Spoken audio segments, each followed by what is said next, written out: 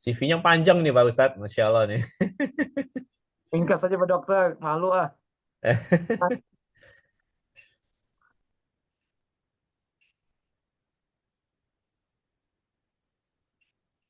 Yang ringkas saja Pak Dokter. Udah jam Siap. 4 Dokter. Nah, Gimana Pak? udah jam 4 nih. Oh, Gak usah kali, udah malu deh dibacain. Nah, oke ya deh. Saya buka ya Pak Ustadz ya. silakan Pak Dokter. Oke. Bismillahirrahmanirrahim. Assalamualaikum warahmatullahi wabarakatuh. Waalaikumsalam warahmatullahi wabarakatuh. Ya, Alhamdulillahirobbilalamin. Wassalatu wassalam ala asyrofil anbiya'i wa mursalin wa ala alihi washabihi ajmain. Amma ba'du. Alhamdulillah. Pertama-tama mari kita eh, ucap puji bagi Allah Tuhan semesta alam dan semoga salawat dan salam semoga selalu tercurah pada junjungan besar Nabi Muhammad SAW beserta para sahabat dan keluarganya hingga akhir zaman. Eh, Adapun sebelum kita mulai kajian sore ini, saya izin membacakan beberapa adab yang perlu diperhatikan untuk semuanya. Mohon para peserta memutekan audio. Kemudian untuk para akhwat mohon menonaktifkan videonya. Dan selama kajian berlangsung, mari kita sama-sama belajar, mari kita perhatikan seksama, dan kemudian mari kita catat ilmu yang kita dapatkan di sore ini, dan alangkah baiknya kalau ada Al-Quran di depan kita. Dan kemudian nanti ketika sesi tanya jawab, ini bisa bertanya langsung, ini akan lebih baik dengan raise hand, atau bisa juga dengan melakukan tanya jawab melalui kolom chat gitu. Dan ini kita niatkan kita hadir di majelis ilmu ini semata-mata untuk mencari ilmunya Allah, mencari ridhonya Allah, dan semoga Allah selalu mudahkan kita dalam menyerap ilmu, dalam mempelajari ilmu agama ini. Dan tayangan ini nanti akan live di YouTube, dan kemudian disiarkan live streaming di kajian Islam Pogijaya di channel YouTube. Kemudian kajian-kajian yang lalu juga bisa dilihat kembali, bisa kita pelajari kembali. Ini alangkah baiknya kalau kita bisa like, subscribe, atau mungkin share ke para keluarga, pada kerabat kita untuk sama-sama belajar. Dan kemudian juga mohon di follow Instagramnya kajian Islam Pogijaya. Adapun uh, pengisi apa itu namanya kajian sore ini bersama dengan Ustadz Azhar Khalid, dan ini kita akan berbicara mengenai umroh pada bulan Zulqa'dah tahun Hijriah dan pernikahan dengan Maimunah. Sedikit saya bacakan, ini CV-nya Ustadz ini Masya Allah panjang sekali, tapi saya coba persingkat. Jadi beliau Ustadz Azhar Khalid, ini beliau S1 di Syariah Universitas Islam Madinah, kemudian S2-nya di Universitas Muhammadiyah Jakarta dengan tesis pendistribusian zakat menurut Imam Empat Mazhab. Dan ini kemudian berbagai pendidikan beliau tempuh di berbagai negara di dunia. Ini adapun ini bisa kita mulai sekarang ya Pak Ustadz ya? Ya, Pak Dokter. Gitu ya. Ya, ya. Silakan Pak Ustadz. Terima kasih Pak Ustadz. Syukran jazakallah khairan Pak Dokter Aditya Kusuma. Barakallahu fiik. Bismillahirrahmanirrahim. Assalamualaikum warahmatullahi wabarakatuh. Alhamdulillah alladzi bi ni'matihi tatimmu shalihat wa usalli wa usallim ala nabiyil karim Muhammad bin Abdullah wa ala alihi wa sahbihi wa man tabi'ahu ila yaumiddin wa ba'd fa bisakhri sadri wa yassir li amri wa hlul 'uqdatam min lisani yafqahu qawli. Allahumma anfa'na bima 'allamtana wa 'allimna ma yanfa'una wa zidna ilma. Allahumma inna na'udzubika min zawali ni'matika wa fuj'ati niqmatika wa tahawuli afiyatika wa jami'i saqatika. Allahumma inna na'udzubika min jahdil bala wa darakis syaqa wa su'il qada wa syamatatil a'da. Allahumma inna na'udzubika min adabi jahannam wa min adabil qabr wa min fitnatil mahya wal mamat wa min syarri fitnatil masihid dajjal. Ikhwani wa akhawati fid din, a'azani wa a'azakum Allah. Bapak dan Ibu yang dimuliakan oleh Allahu Jalla wa Ala, Majlis Taklim Pogi Jaya yang sedalam lindungan dan penjagaan Allahu Jalla Jalla. Insyaallah pada sore hari ini kita akan membahas dua pembahasan sekaligus. Yang pertama berkaitan tentang umrah al-qadha. Ya, yang kedua adalah berkaitan tentang perkawinan Nabi kita Muhammad SAW dengan ibunda Maimunah bintil Haris. InsyaAllah kita mulai dari pembahasan tentang umratul qadha. Berkaitan tentang umrah qadha, sebelumnya kita ingin menjelaskan sedikit tentang umrah yang dilakukan oleh Nabi kita Muhammad SAW. Untuk umur hidup beliau melaksanakan umrah itu 4 kali. Pada tahun ke-6 Hijriyah, ya,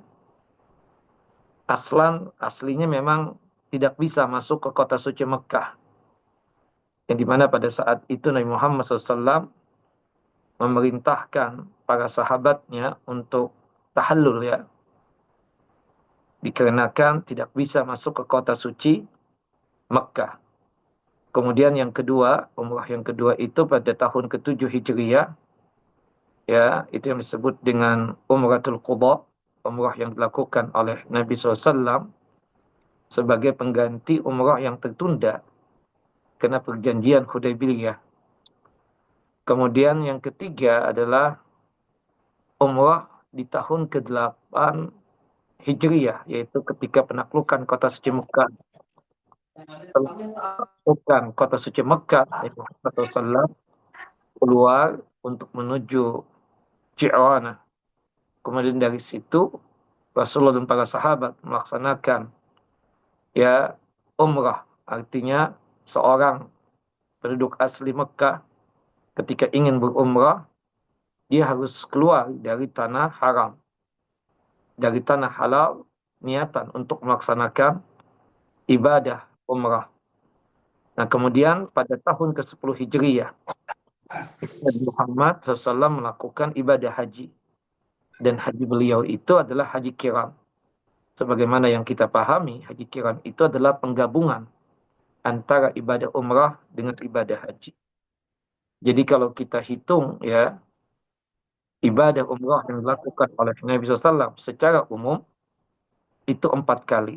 Meskipun di tahun ke-6 itu sebenarnya tidak sempurna dalam masalah pelaksanaan ibadah umrahnya.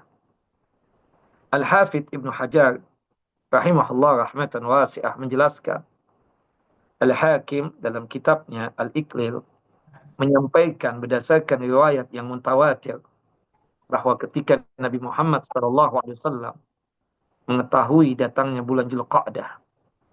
Bulan Dzulqa'dah ini salah satu bulan suci. Kita tahu bulan suci itu kan ada 4. Sebagaimana yang Allah Jalla wa'ala sebutkan di dalam surah Taubah, surah yang ke-9 ayat 36. Inna iddati syuhuri indallahi 12 syahran fi kitabillah. Yawma khalaqas samawati wal ard minha arba'atun hurum. Sesungguhnya hitungan bulan di sisi Allah Jalla wa'ala itu ada 12 bulan. Allah Jalla wa'ala menetapkan 12 bulan ini pada saat Allah Jalla wa'ala menciptakan 7 lapis langit dan 7 lapis bumi. 4 bulan dari 12 bulan tersebut adalah bulan suci. Disebutkan di dalam hadis Abi Bakrah radhiyallahu an, hadis yang dikeluarkan oleh Al-Imam Al-Bukhari dan juga oleh Al-Imam Muslim. 3 bulan berurutan, yaitu bulan Dzulqa'dah, bulan yang ke-11, Zulhijjah bulan yang ke-12, Muharram bulan yang pertama. Dan yang terpisah itu adalah bulan yang ke-7, yaitu bulan Rajab. Nah, pada saat itu, bulan suci Dzulqa'dah, beliau memerintahkan para sahabat ridwanullah ajma'in untuk melaksanakan ibadah umrah sebagai ganti umrah yang tertunda di tahun ke-6 Hijriah karena peristiwa Hudaybiyah.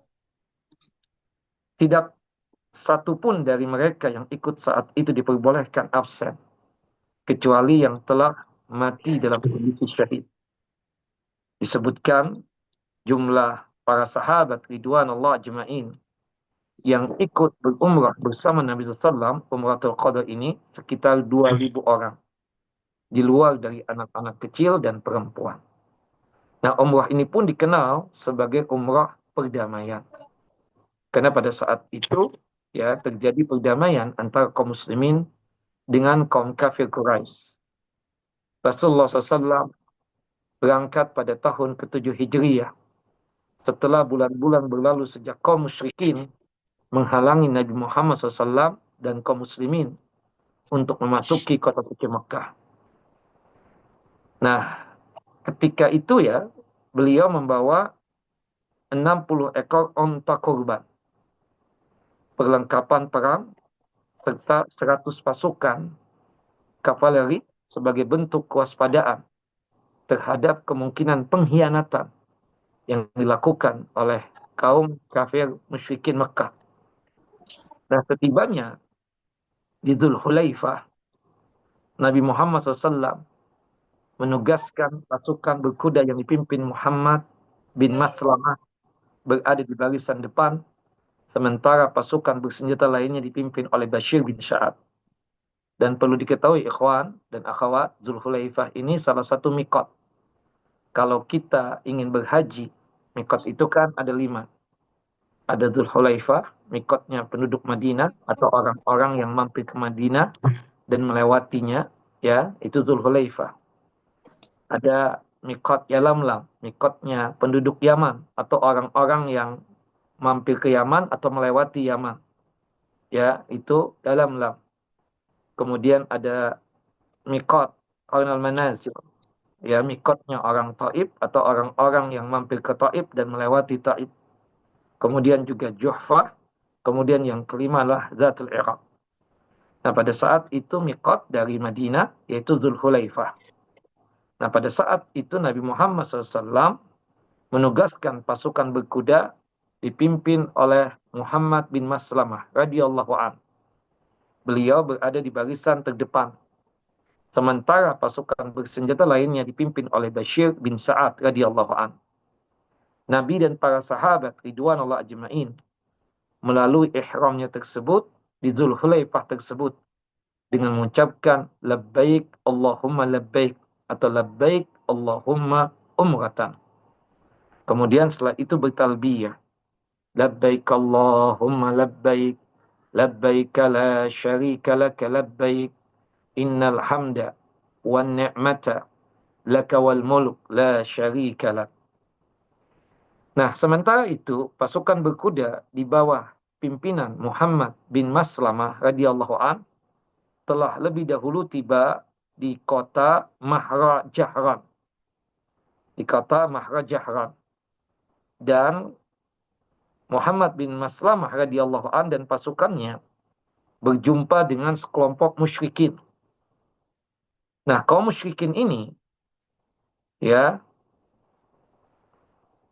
bertanya kepada Musailamah ya, kepada Muhammad bin Maslamah ini tentang tujuan mereka. Kemudian Muhammad bin Maslamah menjawab, ini adalah Rasulullah. Insya Allah beliau pagi ya akan tiba di kota suci Makkah ini. Mendengar kabar itu, kaum musyrikin segera menginformasikan kepada pemuka kaum musyrikin, kaum kafir Quraisy. Dan kaum kafir Quraisy pun terkejut. Sesampainya di Mahra Zahran, Rasulullah SAW menempatkan perlengkapan senjata di lembah Ya'jad yang masih terlihat jelas dari wilayah ya yang terlihat jelas dari wilayah Al-Haram Makkah. Untuk menjaganya, beliau menugaskan Aus bin Hawli Al-Ansari bersama 200 pasukan. Orang-orang Quraisy pun berbondong-bondong mendaki puncak-puncak bukit untuk menyaksikan kedatangan Nabi Muhammad SAW dan para sahabat ridwanullah ajma'in. Rasulullah SAW menampakkan al-hadiyu. Jadi al-hadiyu ini hewan korban untuk ibadah haji ya. Kan kalau kita berhaji, terutama haji tamattu atau haji kiran, termasuk bagian daripada paket ibadah haji tamattu dan kiran adalah menyembelih al-hadiyu. Baik berwujud kambing, ataupun sapi, ataupun onta. Dan hewan-hewan yang dibawa oleh Nabi, sebagaimana yang kita tegaskan tadi, Nabi Muhammad SAW itu membawa 60 ekor onta ya. Kemudian diletakkanlah hewan-hewan tersebut di daerah Zituwa. Disebutkan oleh Al-Imam Al-Bukhari dalam kitab sahih beliau dari hadis sahabat yang mulia Abdullah ibnu Abbas radhiyallahu anhuma, bahwa ketika Rasulullah SAW dan para sahabat memasuki kota suci Mekah, orang-orang kafir Quraisy ya musyrikin mencibir Nabi kita Muhammad SAW dan menghinakan Nabi Muhammad dan para sahabatnya. Mereka mengatakan seperti ini. Dia datang dalam keadaan lemah, kena sakit demam dari Yashrib. Yashrib itu adalah kota suci Madinah sekarang ini. Nah, untuk membantah celaan itu, Rasulullah SAW memerintahkan para sahabatnya untuk berlari-lari kecil pada 3 putaran pertama tawaf yang disebut dengan istilah apa? Ramal. Jadi terutama buat kita laki-laki, bapak-bapak, kita kan tahu tawaf itu 7 kali putaran. 1 kali yang pertama, kedua, ketiga ya. Putaran pertama, putaran yang kedua, putaran yang ketiga, kita yang laki-laki ini diperintahkan untuk lari-lari kecil yang diistilahkan dengan istilah apa? Ramal. Nah, tadinya untuk membantah apa? Tuduhan orang-orang musyrik yang menuduh Rasulullah SAW dan para sahabat yang terkena penyakit dari daerah Yasrib atau Madinah. Di situ Rasulullah ingin menunjukkan beliau dan para sahabatnya dalam kondisi sehat walafiat. Nah, kemudian di putaran yang keempat, kelima, keenam, dan ketujuh, berjalannya biasa lagi. Nah, termasuk juga ketika berada di 2 rukun, yaitu Ruknul Yamani dan Hajar Aswad, ya, berjalannya pun juga biasa. Sambil membaca doa sapu jagat. Rabbana atina fid dunya hasanah wa fil akhirati hasanah wa qina adzabannar. Nah, Ibnu Salamah menambahkan, Nabi SAW bersabda, ya, kepada para sahabatnya, berlarilah kalian saat tawaf agar orang-orang musyrik tersebut melihat kekuatan kalian. Kaum kafir Quraisy pun memperhatikan dan melihat para sahabat ridwanullah ajma'in dari bukit Qu'ayqi'an. Dari bukit apa? Qu'ayqi'an. Dan melihat secara jelas dan nyata para Rasulullah dan para sahabat dalam kondisi sehat walafiat, dalam kondisi kuat perkasa. Nah, di dalam kitab Sirah Ibnu Hisham diceritakan bahwa saat Rasulullah SAW memasuki Masjidil Haram, beliau menyingkapkan kain ihram beliau hingga tampak bahu kanan seraya bersabda. Ya, kemudian Rasulullah berdoa, semoga Allah Jalla Jalaluh mencurahkan rahmatnya dan kasih sayangnya kepada siapapun yang menampakkan kekuatan di hari ini di hadapan orang-orang musyrik. Nah, kita perlu tahu bapak-bapak kalau kita melaksanakan tawaf ya 7 putaran, bahu pundak ini terbuka ya, yang disebut dengan istilah itba. Disebut apa? Itba. Dan itu dilakukan oleh Nabi pada saat beliau tersebut melakukan tawaf 7 putaran tadi untuk melakukan ibadah umrah. Nah, ini sebagaimana praktek daripada tawaf. Kalau kita melewati Ruknul Yamani, Rasulullah SAW mengusap Ruknul Yamani, sekedar mengusap, tanpa ada bacaan. Tanpa apa? Ada bacaan. Rasulullah tidak mencium Ruknul Yamani, juga tidak melambaikan tangannya ke Ruknul Yamani. Tapi ketika melewati Hajar Aswad, di situ diperintahkan, kalau mampu mencium Hajar Aswad, kalau tidak sanggup memegang Hajar Aswad, kemudian mencium tangan. Kemudian kalau tidak mampu juga dari jauh melambaikan tangan tanpa ciuman tangan. Nah, sambil membaca Bismillahi Allahu Akbar.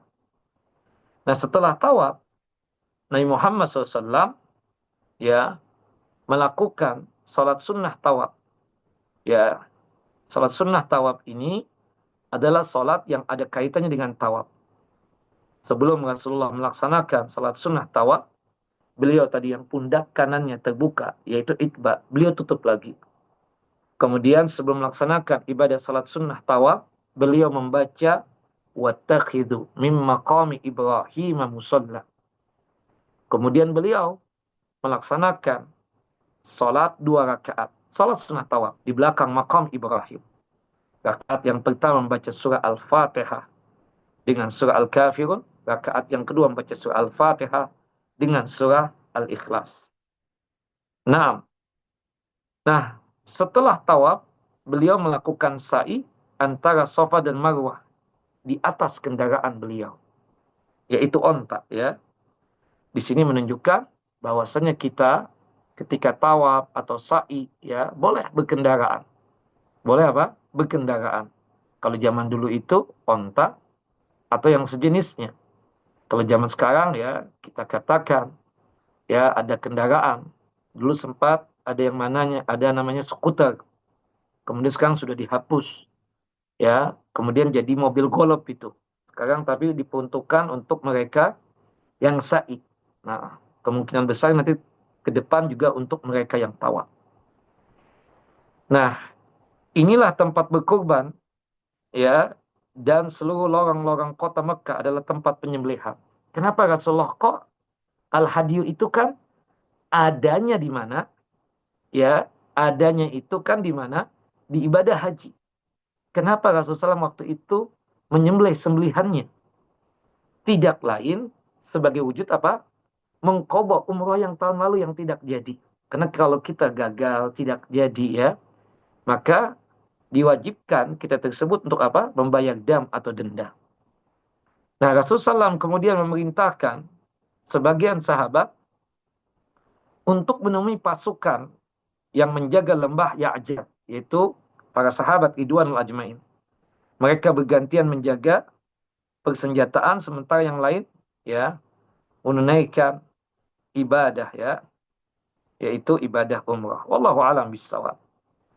Nah, disebutkan dari hadis ya yang dikeluarkan oleh Al-Imam Ahmad, ya, di sana ada yang mengatakan Nabi Muhammad SAW itu membawa 60 ekor onta. Ada juga yang mengatakan di bulan Dzulqa'dah itu membawa 70 ekor hewan ya sembelihan.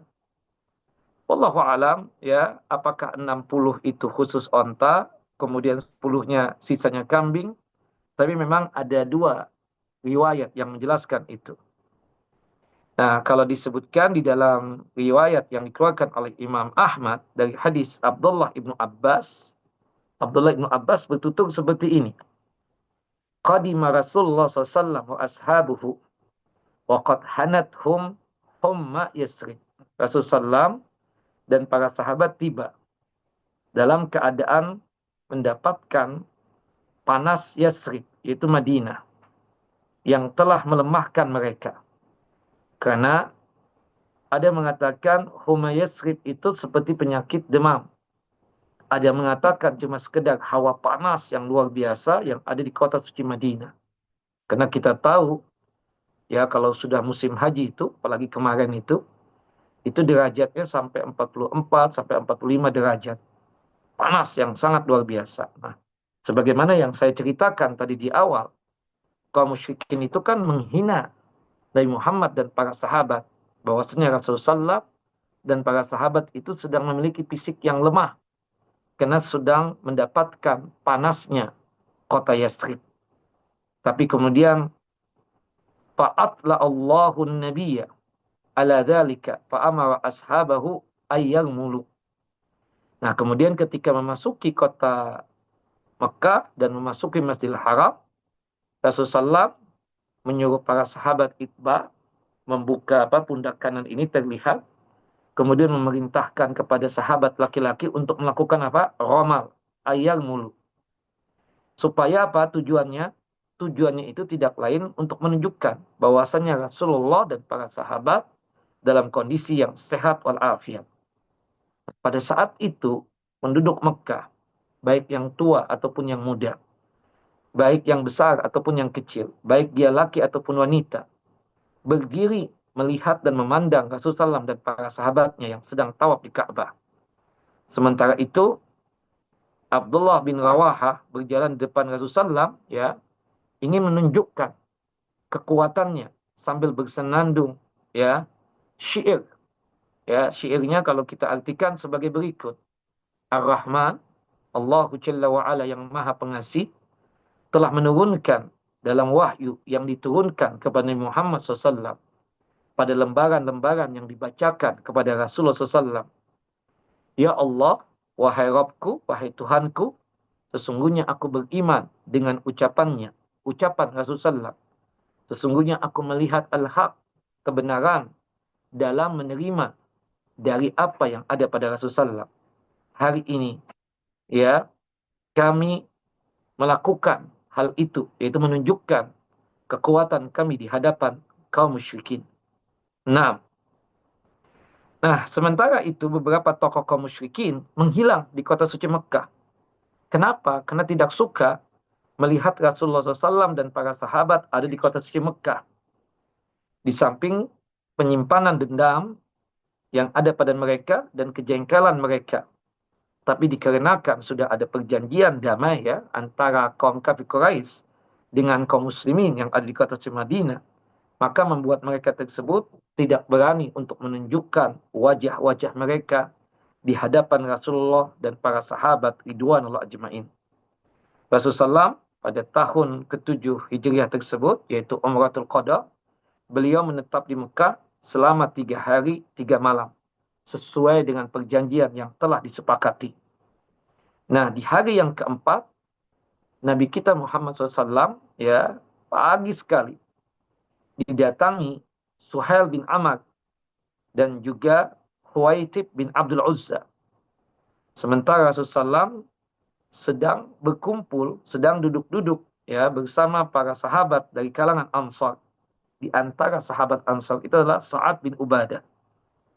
Kemudian Huwaitib ini, ya, Huwaitib bin Abdul Uzza berteriak mengingatkan Rasulullah dan para sahabat agar Rasulullah dan para sahabat keluar dari kota suci Mekah. Karena batasan waktu untuk berada di kota suci Mekah sudah habis. Nah, Sa'ad bin Ubadah, ya, mendengar teriakannya Amr bin Huwaitib, teriakannya Huwaitib bin Abdul Uzza, merasa bahwasannya Huwaitib bin Abdul Uzza itu tidak sopan kepada Nabi SAW dengan teriakan seperti itu. Ya, kemudian Sa'ad bin Ubadah ini membentak Huwaitib bin Abdul Uzza. Kalian ini para pendusta, ya, tidak ada lagi ibu-ibu kalian bersama kalian. Kalian tidak ada akhlak dan sikap yang baik. Ini bukan tanah kalian dan juga bukan tanah nenek moyang kalian. Demi Allah, kami tidak akan keluar, kata Sa'ad bin Ubadah. Rasulullah SAW memanggil Huwaitib dan Suhail tadi. Ya, ini dua tokoh musyrikin, ya, agar ikut serta dalam acara, ya, walimah beliau. Nah, nanti kita ceritakan Nabi Muhammad SAW di tahun ini, ya, setelah melaksanakan Umratul Qadha ini, menikah dengan siapa? Ibunda Maimunah. Nanti secara khususnya setelah kita menyelesaikan pembahasan Umratul Qadha. Nah, di situ Rasulullah SAW mengundang siapa? Huwaitib bin Abdul Uzza dan Suhail bin Amr untuk hadir di perkawinan beliau dengan ibunda Maimunah radhiyallahu anha. Tapi mereka tetap bersikeras agar beliau keluar dari kota suci Mekah saat itu juga sesuai dengan kesepakatan. Rasulullah SAW memerintahkan Abu Rafi' ya menyerukan agar para sahabat yang lain meninggalkan kota suci Mekah. Nah, Nabi Muhammad dan para sahabat kemudian keluar dari kota suci Mekah. Kemudian beliau singgah di lembah Syarif dan membangun mahligai ya bersama Ibunda Maimunah di sana. Jadi melakukan ijab dan qabulnya ya di daerah Syarif tadi. Nanti kita akan ceritakan. Nah, kemudian yang kita ingin tekankan ya ada perbedaan pendapat para ulama tentang Umratul Qadha ini. Ya, di antara para ulama ada yang berbeda pendapat bahwa Rasulullah SAW menikahi Ibunda Maimunah dalam keadaan beliau sedang ihram dan masuk kepadanya dalam keadaan sudah halal. Tapi yang benar, wallahu a'lam, ya, kita katakan Rasulullah SAW menikahi Ibunda Maimunah, ya, akadnya, ijab dan kabulnya itu setelah beliau melaksanakan ibadah umrah. Bukan pas waktu umrah. Karena kita ketika lagi ihram haji atau lagi ihram umrah, tidak boleh kita menikah dan juga tidak boleh melamar, ya, seperti itu. Wallahu a'lam bissawab. Al-Imam Ibnu Qayyim rahimahullah rahmatan wasi'ah menjelaskan bahwa pernyataan tersebut masuk hal-hal yang disanggah dari beberapa pendapat, ya. Sa'id bin Musayyib sendiri mengatakan Abdullah bin Abbas ya menjelaskan bahwasannya Maimunah yaitu bibinya Abdullah ibnu Abbas ya itu menikah dengan Nabi SAW di daerah Syarif itu setelah Umratul Qadha. Nanti lebih lengkapnya kita akan jelaskan. Allahu a'lam bishawab. Nah, dari Umrah Qadha ini ilmu yang bisa kita dapatkan ada beberapa ilmu, pelajaran yang sangat penting. Yang pertama, Umrah Qadha adalah gambaran dari kemenangan kaum muslimin atas kaum musyrikin. Umat Islam dapat memasuki kota suci Mekah untuk melaksanakan tawaf 7 putaran dan sa'i 7 kali putaran juga. Dan disitulah Rasulullah dan para sahabat menampakkan syiar-syiar ketauhidan di hadapan kaum musyrikin tanpa dapat berbuat apa-apa. Kaum musyrikin pada saat itu apa? Tidak bisa berbuat apa-apa. Gambaran kemenangan ini semakin jelas ketika kita membandingkan dengan permulaan dakwah. Pada saat itu kaum muslimin tidak dapat menampakkan keislamannya, tidak dapat membacakan sepotong ayat pun dari Al-Qur'anul Karim. Namun pada saat Umratul Qadha, mereka dapat melakukan talbiyah. Labbaik Allahumma labbaik, labbaik la syarika laka labbaik, innal hamda wan ni'mata laka wal mulk la syarika lak. Termasuk juga sanggup untuk melaksanakan tawaf. Karena kita paham tawaf termasuk juga mencium Hajar Aswad, termasuk melaksanakan ibadah sa'i tidak lain adalah liiqamati zikrillah, untuk menegakkan zikrullah, untuk mengingatkan zikir kita kepada Allah Jalla wa Ala, dan melakukan tawaf pada saat itu dalam kondisi yang tenang, melakukan sa'i pun juga dalam kondisi yang aman. Kemudian yang kedua, ilmu yang bisa kita dapatkan dari Umratul Qadha Nabi SAW, senjata yang dibawa oleh Rasulullah SAW dan para sahabat ridwanullah ajmain, yang kemudian Rasulullah menyuruh para sahabat meletakkannya dan menempatkannya di daerah Yaza yang dekat dengan kota suci Mekah. Ini adalah sikap waspada akan adanya pengkhianatan dari kalangan kaum kafir Quraisy. Dari sini kita harus bersikap waspada dan selalu berhati-hati, terutama pada situasi dan kondisi yang dikhawatirkan akan terjadi pengkhianatan dan serangan mendadak dari kalangan kaum kafir. Yang ketiga, ilmu yang bisa kita dapatkan dari Umratul Qadha yang dilakukan oleh Nabi SAW, dibenarkannya kita untuk memancing kemarahan kaum musyrikin. Sesungguhnya yang dilakukan oleh Rasulullah SAW dan para sahabat ketika melaksanakan Umratul Qadha ini tidak lain kita katakan ya untuk memancing emosinya kaum musyrikin juga, Tapi berhubung ada perjanjian, mereka kaum musyrikin tidak bisa berbuat apa-apa. Ketika mengetahui apa yang diucapkan kaum musyrikin bahwa kaum muslimin dalam keadaan sakit akibat demam Yasrib, Rasulullah SAW kemudian memerintahkan para sahabat ridwanullah ajmain untuk melakukan tawaf di putaran pertama, putaran kedua, dan putaran ketiga untuk melakukan romal atau lari-lari kecil, ya, agar kaum musyrikin bisa melihat bahwasanya kaum muslimin itu dalam kondisi yang gagah lagi perkasa. Nah, sehingga terpancinglah emosi dari sebagian kaum musyrikin. Terpancinglah ya amarah dari kalangan kaum musyrikin. Al-Imam Ibnu Qayyim rahimahullah rahmatan wasi'ah di dalam kitab Zadul Ma'ad, beliau mengatakan begini, Rasulullah SAW selalu berusaha untuk memperdaya orang-orang kafir sebisa mungkin. Pendapat ini diperkuat oleh Al-Hafidh Ibnu Katsir rahimahullah rahmatan wasi'ah dan juga oleh Al-Imam As-Sami. Jadi, ketika mendengar ledekan-ledekan kaum musyrikin, Rasulullah tunjukkan yang sebaliknya. Mereka tidak dalam kondisi yang letih, mereka bukan dalam kondisi yang capek, bukan dalam kondisi yang sakit, malah alhamdulillah dalam kondisi sehat walafiat, dan itu dibuktikan ketika tawaf di putaran pertama, putaran kedua, putaran ketiga dalam kondisi lari-lari kecil. Yang keempat, ilmu yang bisa kita dapatkan dari Umratul Qadha ini, amalan-amalan tersebut tetap disyariatkan hingga hari kiamat kelak, yaitu berkaitan dengan romal, lari-lari kecil ya, terutama buat kita yang laki-laki jika kita sanggup pada saat tawaf.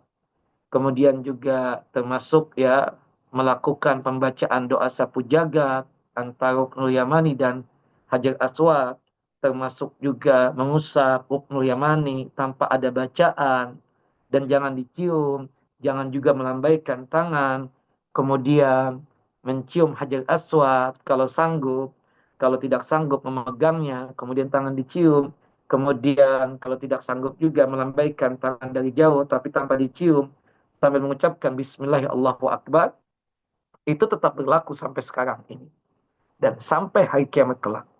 Dan dari sini kita bisa memahami tentang tata cara ibadah umrah sebagaimana yang dicontohkan oleh Nabi kita Muhammad Sallallahu Alaihi Wasallam. Nah, termasuk ketika berada di Bukit Sofa ya, membaca zikir 4 kali, di Bukit Marwah 3 kali ya. Kalau sedikit tambahan ilmu, kita ketika menuju Bukit Sofa membaca zikirnya sebagai berikut. Itu yang dilakukan juga oleh Nabi ketika melakukan Umratul Qadha tersebut. Inna Safa wal Marwata min sya'airillah abda'u ya bima bada Allahu bihi. Ya, aku memulai sebagaimana Allah Jalla wa Ala mulai menyebutkan Bukit Safa dulu baru Bukit Marwah. Nah, di Bukit Safa kan kita tidak langsung sa'i. Itu yang dilakukan oleh Nabi pada saat itu. Beliau dan para sahabat mengangkat tangan seperti ini, dihadapkan tubuhnya ke fisik Ka'bah sambil membaca zikir ini. Ya, Allahu Akbar, Allahu Akbar, Allahu Akbar, la ilaha illallah, wahdahu la syarikalah, lahul mulku wa lahul hamdu yuhyi wa yumit, wa huwa ala kulli syai'in qadir, la ilaha illallah wahdah, sadaqa wa'dah, wa nasara abdah, wa hazamal ahzaba wahdah. Nah, ini dibaca ya, setiap kali kita di Bukit Sofa ya, zikir ini 3 kali diselingi dengan doa 2 kali. Subhanallah, isinya itu tauhid. Dan isinya tersebut tidak lain meminta pertolongan agar bisa menang dengan musuhnya Allah Jalla wa'ala. Bisa menang ya, memenangkan ya peperangan, bisa memenangkan ya dari tipu daya kaum musyrikin ya. Dari tipu daya kaum musyrikin. Subhanallah, di situ Rasulullah menunjukkan ya tentang keagungan Allah, mentauhidkan Allah Jalla wa'ala. Yang dilakukan oleh orang-orang musyrik tersebut adalah satu kehinaan. Nah, kemudian selanjutnya yang keenam ya, ilmu yang bisa kita dapatkan dari hadis ini ya, kita melihat ya sesuai dengan apa yang disabdakan oleh Nabi kita Muhammad SAW, Allah Jalla Jalalu ya merahmati siapapun yang memperlihatkan kekuatan hari ini kepada mereka.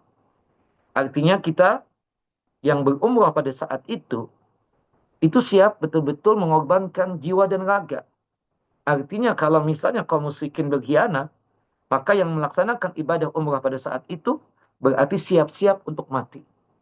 Di situ Rasulullah memberikan isyarat kepada para sahabat agar menunjukkan keberanian mereka di hadapan kaum musyrikin. Sehingga Rasulullah mendoakan mereka, semoga Allah Jalla wa'ala memberikan rahmat dan kasih sayang kepada orang-orang yang betul-betul memperlihatkan kekuatannya pada hari ini, kepada orang-orang musyrik tersebut. Nah, ini adalah satu spirit, satu motivasi yang sangat luar biasa dari Nabi SAW. Salah satu juga ya taktik dakwah atau metode dakwah dalam rangka memberikan semangat ya kepada kaum muslimin dan memperlihatkan kekuatan kaum muslimin ya kepada kaum musyrikin serta memancing emosi dan amarah kaum musyrikin. Ini adalah metode yang sering digunakan oleh Rasulullah SAW pada beberapa situasi. Ya, seperti yang disabdakan oleh Nabi SAW. Ya, Rasulullah SAW mengatakan dalam ibadah haji ya, rahimahallah al-muhalliqina ru'usahum. Semoga Allah Jalla wa'ala memberikan rahmat dan kasih sayangnya kepada orang-orang yang menggundul rambutnya, yaitu para laki-laki yang menggundul rambutnya. Itu dibaca oleh Nabi sebanyak 3 kali. Para sahabat bertanya, wal muqassirin ya Rasulullah? Kemudian mereka-mereka yang cuma sekedar memotong pendek, nah itu diingatkan oleh Nabi Sallam yang menggundul rambut, ya, itu mendapatkan rahmat 3 kali, mendapatkan ampunan dari Allah Jalla wa'ala 3 kali. Sedangkan yang cukur pendek saja mendapatkan rahmat 1 kali dan mendapatkan ampunan 1 kali. Nah ini kenapa Rasulullah mengatakan itu? Ini tidak lain untuk memberikan semangat dan motivasi agar para sahabat tersebut betul-betul menunjukkan keberanian mereka di hadapan kaum musyrikin. Bahwasanya kita yang gundul ini telah selesai melaksanakan ibadah umrah secara sempurna. Luar biasa. Nah, kemudian yang terakhir, yang keenam ya, ilmu yang bisa kita dapatkan dari ya umrah al-qadha ini, keputusan Rasulullah tentang status putri Hamzah ya yang tadi disebutkan di dalam satu ungkapan ya, ini terlewatkan oleh kita.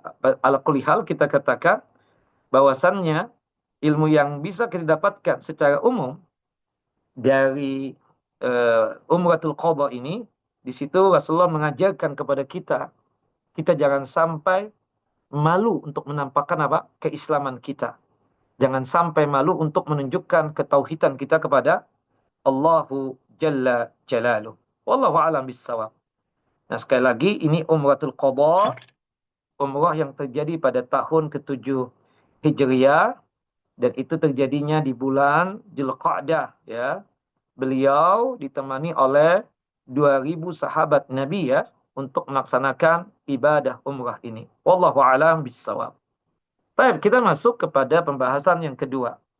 Nah, di tahun ke-7 Hijriah ini ya Nabi Muhammad SAW mempersunting Ibunda Maimunah bintul Haris.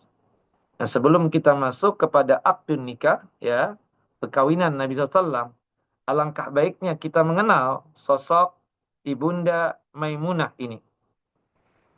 Ibunda Maimunah radhiyallahu anha ya, Maimunah ini tidak lain adalah bibinya Abdullah ibnu Abbas. Bibinya siapa? Abdullah ibnu Abbas radhiyallahu anhuma. Semoga Allah Jalla Jalaluh meridhai beliau. Nah, pernikahan Rasulullah SAW dengan Maimunah bintul Haris itu terjadi tahun ke-7 Hijriah. Setelah Rasulullah SAW dan para sahabat melaksanakan umratul qadha. Kata umratul qadha adalah umrah pengganti yang dimana di tahun ke-6 Hijriah beliau gagal untuk apa? Berumrah. Nah, Maimunah ini, Ibunda Maimunah ini nama asli beliau adalah namanya apa? Barrah. Namanya apa? Barrah. Setelah Rasulullah menikahi Ibunda Barrah ini, kemudian Rasulullah SAW mengganti nama Barrah tersebut dengan nama Maimunah. Pernikahan Rasulullah dan Ibunda Maimunah ini di daerah yang namanya Sarib. Di daerah yang namanya apa? Sarib. daerah Sarif ini sebuah tempat yang berjarak sekitar 7 mil dari kota suci Mekah dalam perjalanan pulang ke kota suci Madinah Al-Munawwarah. Nah, kita bisa melihat dari poin-poin penting yang ingin kita jelaskan. Pertama, nasab dari Ibunda Maimunah. Tadi kita sebutkan nama asli Ibunda Maimunah adalah Barrah. Ya, Maimunah bintil Haris, atau nama sebelumnya Barrah binti Haris bin Huzan bin Bujair bin Hazam bin Waibah bin Abdillah bin Hilal bin Amir bin Sa'sa'ah al-Hilaliyah. Ibunda Barrah ini kemudian diganti oleh Nabi namanya Barrah menjadi Maimunah. Karena kita memang kenapa diganti ya? Kita tidak boleh memberikan nama untuk putra dan putri kita nama-nama pentazkiyahan. Nama-nama pensucian. Seperti Aplah, pasti bahagia. Tidak boleh. Termasuk Barrah ini pasti baik. Tidak boleh seperti itu. Nama-nama seperti itu hendaknya apa? Diganti. Karena di dalamnya ada pengujudan untuk apa? Untuk pentazkiyahan itu tidak boleh. Tazkiyah itu artinya pensucian diri. Pensucian diri tidak dibolehkan seperti itu. Akhirnya setelah menikah digantilah dengan nama Maimunah. Nah, perlu diketahui ikhwan wa akhawati fid din azani wa azakumullah. Ibunda Maimunah ini adalah bestinya Ibunda Khadijah. Bestinya siapa? Ibunda Khadijah. Karena kita paham kan, Ibunda Khadijah itu perempuan yang pertama kali masuk Islam. Sedangkan Ibunda Maimunah ini ya termasuk orang-orang yang pertama kali yang masuk Islam. Nah, selain siapa? Saudarinya Ummu Fadl bintul Haris. Ummu Fadl ini adalah ibunya Abdullah ibnu Abbas. Jadi begini, Abdullah ibnu Abbas itu kan dengan Nabi misanan, sepupuan. Jadi ayahnya Nabi namanya Abdullah. Abdullah ini punya saudara banyak. Ya, kakeknya kan namanya Abdul Muthalib. Nah, siapa?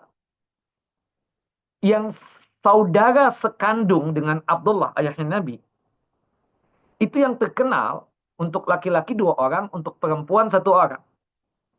Yang terkenal yang laki-laki, saudara yang langsung ya, Amun, pamannya Nabi SAW, yang masuk Islam, Abbas.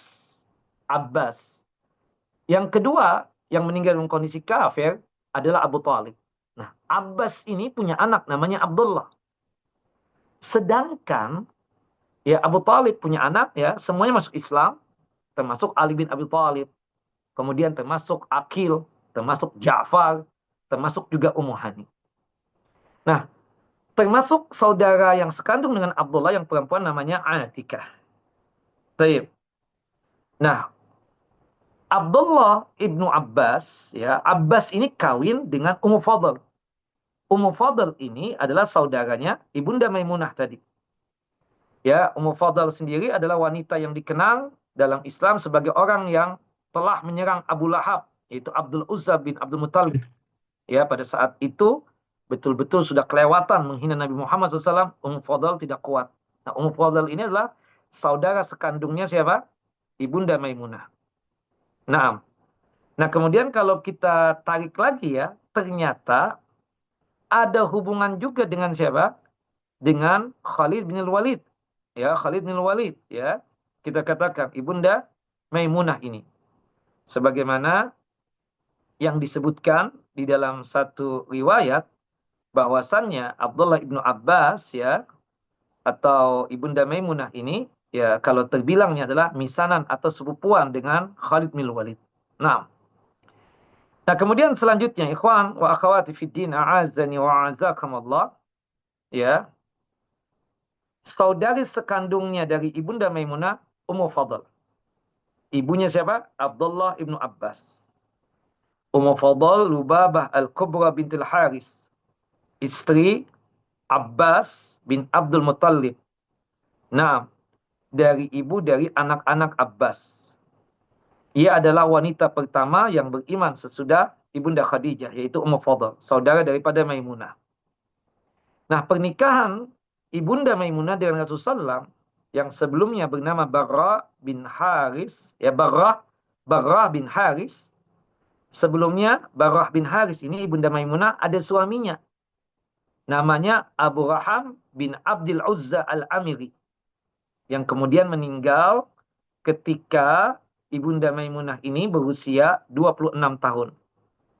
Hal ini disebutkan ya di dalam ya tokoh wanita pengukir sejarah, salah satu yang disebut adalah siapa? Ibunda Maimunah ini. Nah, suami beliau terdahulu namanya siapa? Abu Raham bin Abdul Uzza Al-Amiri. Pada waktu itu menjadi janda pada umur 26 tahun. Kemudian Rasulullah SAW memerintahkan kaum muslimin untuk bersiap pergi ke kota suci Mekah ya demi menunaikan ya ibadah umratul qadha tadi. Beliau duduk di atas ontanya yang diikuti oleh 2.000 penunggang kuda sebagaimana yang kita jelaskan dari kaum Muhajirin dan Ansar ya. Yang dimana mereka melakukan tawaf secara aman dan tenang, melakukan sa'i secara aman dan tenang. Kemudian sepulangnya daripada umrah tersebut, Nabi Muhammad SAW melakukan apa? Ya, pernikahan dengan Ibunda Maimunah tadi. Nah, sementara saudari Ummu Fadl yang lain, ya, dari saudara Ibunda Maimunah yang lain, namanya ada Asma binti Umais. Ini juga terkenal. Asma binti Umais. Ya, Asma binti Umais ini ketika mendapatkan anak-anaknya sakit, dinasihati oleh Nabi SAW untuk meminta ruqyah. Untuk apa? Meminta ruqyah. Dan beliau ini banyak sekali juga ya, ada riwayat-riwayat penting dari Asma binti Umais. Nah, kemudian termasuk juga Sulma binti Umair yang merupakan saudari-saudari Maimunah, ya, membisikkan hati mereka kepada saudarinya tentang keinginan untuk menjadi siapa? Istri Rasulullah SAW. Ummu Fadl, ya, bintil Haris segera pergi untuk menceritakan tentang gejolak jiwa dan keinginan Barrah kepada Abbas, yaitu suaminya. Abbas pun segera pergi menemui keponakannya, yaitu Nabi Muhammad SAW, menawarkan agar Nabi Muhammad mau menikahi Ibunda Maimunah. Subhanallah. Dan Barrah pada saat itu apa? Menawarkan diri. Cuma kan namanya perempuan, tidak enak hati untuk langsung ngomong. Seperti misalnya dokter, ya ada seorang perempuan yang senang kepada Dokter Aditya ya. Sebab nggak mungkin, pasti ngomongnya lewat orang yang dipandang oleh Pak Dokter Aditya. Misalnya saya, Ustaz Azhar, bisa nggak ngomong sama Pak Dokter Aditya? Saya siap dipersunting oleh Dokter Aditya. Nah, ternyata yang jatuh cinta pertama kali itu siapa? Barrah ini, Maimunah ini. Tapi itu tidak dia ngomongkan kecuali kepada saudarinya yang paling tua, yaitu Ummu Fadl, ibu daripada Abdullah ibnu Abbas. Ummu Fadl ini kemudian merasa adiknya seperti itu, kemudian cerita dengan Abbas. Abbas ini kan pamannya Nabi. Nah, perlu diketahui ikhwan, Abbas dengan Nabi itu beda umur cuma 2 tahun. Abbas lebih tua 2 tahun. Jadi seperti sohib juga. Nah, Abbas ini yang datang kepada Rasulullah mengatakan, Fulanah, Barrah, suka dengan antum ya Muhammad. Ya, apakah engkau menerima tawarannya? Dia siap untuk dipersunting oleh antum. Subhanallah. Nah, dia tidak berani untuk ngomong bicara sendiri. Perempuan, kita katakan, punya harga diri dan kehormatan. Sebagaimana, sedikit maaf ya Pak Dokter Aditya, tadi saya mencontohkan gitu. Terasa tidak mungkin seorang perempuan itu berani mengatakan kepada kita yang lebih dulu. Ya, dia senang dengan kita. Dia mungkin menampakkan gelagat yang senang dengan kita. Tapi untuk berbicara langsung, itu sesuatu yang sangat jarang terjadi pada wanita. Itu pasti laki-laki yang memulainya. Tapi ungkapan itu disampaikan kepada siapa? Kepada kakaknya yang bernama Ummu Fadl bintil Haris. Nah, di saat Allah Jalla wa'ala menurunkan firman Allah Jalla wa'ala dalam surah Al-Ahzab, surah yang ke-33, ayat 50, Allah Jalla wa'ala berfirman, Ya ayuhan nabiyyu, inna ahlalna laka azwajaka allati ataita ujurahunna wa ma malakat yaminuka mimma afahu Allahu alaika wa banati ammika wa banati ammatika wa banati khalika wa banati khalatika allati hajarna ma'aka wa imra'atan mu'minatan in wahabat nafsaha lin nabi sallallahu in arada nabi sallallahu ayastankihaha khalisatan laka min dunil mu'minin. Wahai Nabi Muhammad, sesungguhnya kami, Allah Jalla wa'ala, telah menghalalkan bagimu istri-istrimu yang telah engkau berikan mas kawinnya, dan hamba sahaya yang engkau miliki dari apa yang engkau peroleh dalam peperangan yang dianugerahkan oleh Allah untukmu. Dan demikian pula anak-anak perempuan dari saudara laki-laki ayahmu. Anak-anak perempuan dari saudara perempuan ayahmu. Anak-anak perempuan dari saudara laki-laki ibumu. Anak-anak perempuan dari saudara perempuan ibumu yang turut hijrah bersamamu. Dan perempuan mukminah yang menyerahkan diri kepada Nabi jika Nabi ingin menikahinya sebagai kekhususan baginya. Subhanallah. Nah, ungkapan ini ya, wa mra'atan mu'minatan in wahabat nafsaha. Ya, ungkapan ini ya yang diungkapkan oleh Allah Jalla wa Ala dalam surah Al-Ahzab ayat 50, dan seorang perempuan mukminah yang menyerahkan dirinya kepada Nabi Muhammad SAW jika Nabi ingin menikahinya sebagai kekhususan baginya. Abbas kemudian ya menyebutkan ya, dan itu disebutkan oleh Abdullah, maksud perempuan di situ yang menyerahkan dirinya untuk Nabi Muhammad SAW itu siapa? Ibunda Maimunah tadi itu.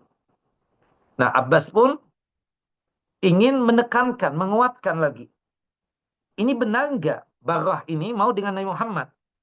Kemudian Abbas pun datang menemui Barrah atau Ibunda Maimunah dengan wajah yang berseri-seri. Karena sudah ada jawaban dari Rasulullah SAW. Karena Allah Jalla wa'ala mengizinkan Nabi Muhammad untuk menikahi siapa? Maimunah. Ya, atau nama aslinya siapa? Barrah. Abbas datang dengan wajah berseri-seri bahagia bahwasanya Rasulullah SAW siap untuk menikahi Barrah atau yang kelak nanti namanya jadi Maimunah. Rasulullah SAW ya kemudian ya menikahi Barrah pada bulan Syawal 7 Hijriah. Jadi berarti kita katakan ya, maaf, Umratul Qadha ya, ada yang mengatakan Umratul Qadha dulu yang terjadi. Kalau kita melihat dari sini, inilah yang menjadi perdebatan ulama. Rasulullah SAW itu sudah menikahi Ibunda Maimunah itu di bulan Syawal. Di bulan Syawal. Sehingga kan ada pertentangan dua riwayat yang saya ceritakan tadi di awal.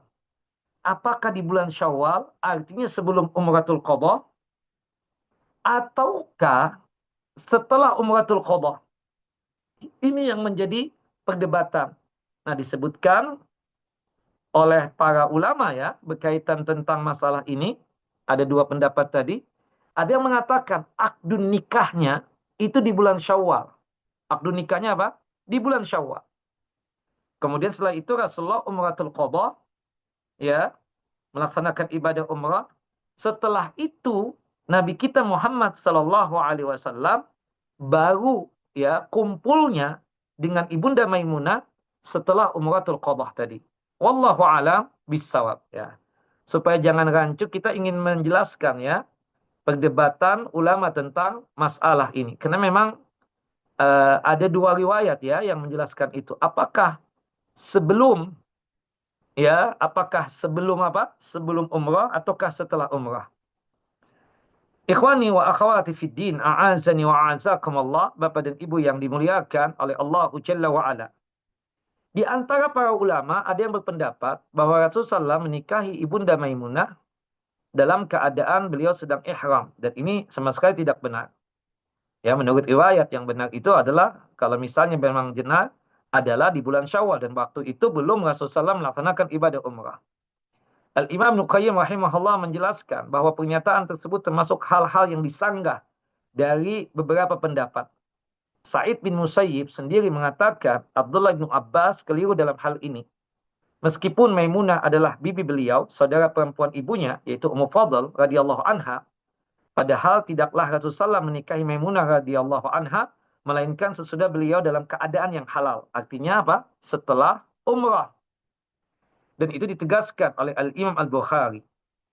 Ibunda Maimunah radhiyallahu anha sendiri dalam riwayat yang dikeluarkan oleh Imam Muslim dalam kitab sahihnya pada nomor hadis 1411 menyatakan, Rasulullah menikahi aku dalam keadaan kami berdua sudah halal, tidak ihram lagi, yaitu di daerah Sarib tadi. Ini penegasan dari siapa? Ibunda Maimunah. Dan Ibunda Maimunah ya menunjukkan bahwasannya ya artinya pernikahan dari Rasulullah SAW dengan Ibunda Maimunah itu setelah Umratul Qadha.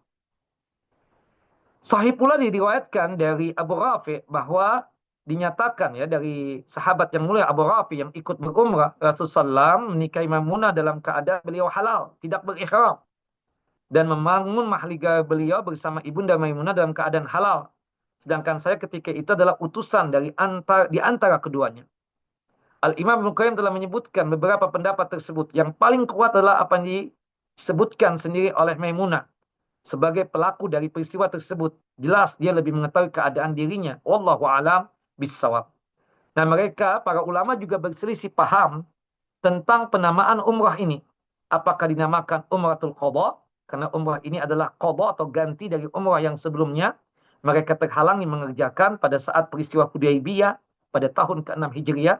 Ataukah dinamakan demikian karena berasal dari al-muqadhah, ya, kata-kata kesepakatan. Ya, ada dua kemungkinan. Al-Imam Malik, Imam Asy-Syafi'i, dan mayoritas ulama berpendapat yang kedua. Karena beliau melakukan kesepakatan dengan Quraisy pada peristiwa Hudaybiyah. Jadi sebenarnya Umratul Qadha, ada yang berpendapat untuk mengqadha umrah yang setahun lalu tidak dikerjakan. Ada yang mengatakan seperti Imam Malik dan Imam Asy-Syafi'i bahwasanya qadha di situ adalah kesepakatan yang dilakukan oleh Nabi dengan kaum kafir Quraisy. Wallahu a'lam bissawab. Nah, di sini kita bisa melihat ya bagaimana Nabi kita Muhammad sallallahu alaihi wasallam menikahi Ibunda Maimunah radhiyallahu anha. Pendapat yang rajih yang benar bahwasanya setelah melaksanakan ibadah umrah tersebut. Wallahu a'lam bissawab. Nah, kemudian kala itu usia Ibunda Maimunah ya umur 26 tahun ya. Jadi begini ya, Pak Dokter, Bu Dokter ya. Jadi kan orang memandang bahwasannya Nabi Muhammad SAW itu diasumsi ya kita itu yang dinikahi oleh Nabi itu perempuan-perempuan tua. Ini tidak tepat. Pada saat itu orang yang berumur di atas 20 atau di bawah 30 itu sudah dianggap perempuan yang terlambat untuk menikah. Tidak ada anggapan Rasulullah itu pernah menikahi nenek-nenek. Nggak ada itu. Ya terus terang ya, sebagai laki-laki pasti pilihannya yang muda. Tidak mungkin itu. Nah, jadi cuma memang ya semua dari istri Nabi SAW itu semuanya janda. Kecuali satu. Ibunda siapa? Ibunda Aisyah radhiyallahu anha. Ibunda Aisyah radhiyallahu anha. Ibunda Maimunah memang janda. Beliau dinikahi oleh Nabi Muhammad ketika berumur 26 tahun. Maharnya Nabi Muhammad SAW adalah ya Nabi Muhammad SAW ya menghadiahkan kepada Ibunda Maimunah berupa uang sejumlah 500 dirham. Nah, di sini juga kita ingin menunjukkan ya berkaitan tentang mahar itu dikembalikan kepada permintaan calon pengantin perempuan. Jadi kita meminta kepada calon kita mau minta apa dan seterusnya. Dia yang menentukan. Dan tentunya sesuai dengan kemampuan kita. Bukan ayah bundanya. Tidak. Ya, artinya kita katakan bahwasanya yang meminta mahar itu dari pihak pengantin perempuan. Beliau juga mengganti nama Barrah menjadi Maimunah. Yazid bin Aslam radhiyallahu an mengatakan bahwa Rasulullah SAW menikahi Maimunah radhiyallahu anha setelah beliau bertahlul dan ihram. Artinya apa? Yang mengatakan Syawal ini kurang tepat karena umrah qadha tadi di bulan apa? Dzulqa'dah. Ya, artinya pernikahan itu setelah itu. Pernikahan beliau dengan Ibunda Maimunah memberikan arti penting dan motivasi tersendiri baik kaum dari kaum kaumnya Ibunda Maimunah agar mereka semua masuk ke dalam Islam. Setelah berlalu 3 hari sesuai dengan kesepakatan dengan kaum kafir Quraisy, Rasulullah SAW dan para sahabat segera meninggalkan kota suci Mekah. Beliau tiba di Sarib dan disitulah Rasulullah SAW menikahi siapa? Ibunda Maimunah. Wallahu a'lam bishawab. Nah, pujian-pujian dari para sahabat tentang Ibunda Maimunah. Ibunda Maimunah, kata Ibunda Aisyah, ya, sesungguhnya Ibunda Maimunah itu adalah wanita yang paling bertakwa di antara kami dan yang paling baik dalam menyambung tali silaturahim. Allahu Akbar. Kiranya tidaklah berlebihan pujian yang diberikan oleh Ibunda Aisyah kepada Ibunda Maimunah. Banyak sikap dan perilaku Ibunda Maimunah yang patut untuk kita contoh sebagai manifestasi nyata dari keimanan dan ketakwaan. Yazid bin Asham mengisahkan, pernah salah seorang kerabat Ibunda Maimunah datang mengunjungi rumah beliau. Maimunah mendapati bau minuman keras pada saudaranya itu.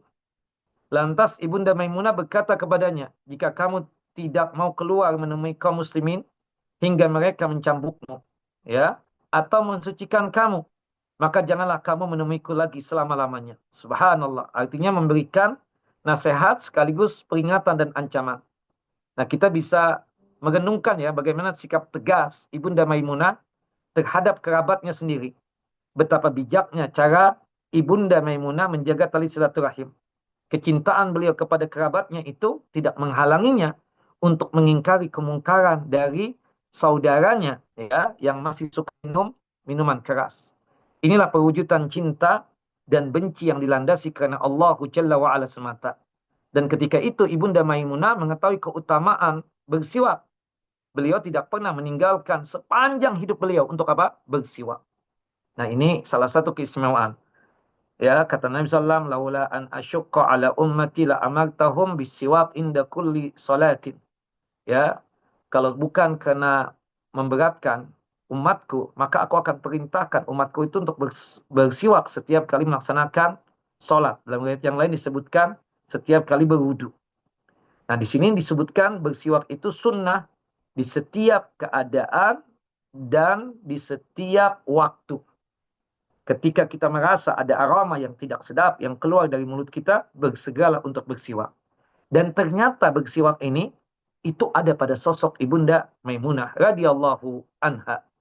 Nah, salah seorang dari dari kerabat beliau Abdullah ibnu Abbas dan ini adalah keponakan beliau. Ketika meninggalnya Ibunda Maimunah, Abdullah ibnu Abbas sedih yang sangat luar biasa. Kemudian mengatakan kepada orang yang membopong kerandanya, Ibunda Maimunah, tolong kalian membawanya secara pelan. Jangan tergesa-gesa. Jangan digoyang-goyangkan. Ketahuilah sesungguhnya yang ada di dalam keranda ini seorang perempuan yang qanitah. Seorang perempuan yang sangat bertakwa kepada Allah Jalla wa'ala. Seorang perempuan yang betul-betul kuat imannya untuk Allah Jalla Jalaluh. Nah, singkat cerita, ikhwan wa akhwati fid din, a'azani wa azakumullah, Bapak dan Ibu yang dimuliakan oleh Allah Jalla wa'ala. Nah, di sini yang jelas menikahnya menikahnya Rasulullah dengan Ibunda Maimunah itu pada tahun ke-7 Hijriah, setelah Rasulullah dan para sahabat ridwanullah ajmain melaksanakan Umratul Qadha. Dan Ibunda Maimunah nama aslinya tadi Barrah. Kemudian ketika dinikah oleh Nabi SAW, beliau ganti dengan nama Maimunah. Dan pernikahan Rasulullah dengan Ibunda Maimunah itu di kota yang namanya Syarib. Itu 7 mil dari kota suci Mekah.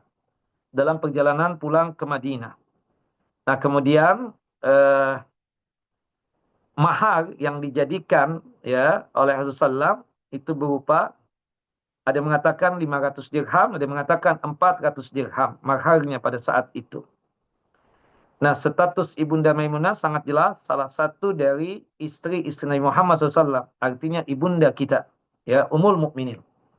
Kemudian keistimewaan Ibunda Maimunah termasuk wanita yang meriwayatkan hadis Nabi SAW dan memiliki peran penting dalam perkembangan Islam.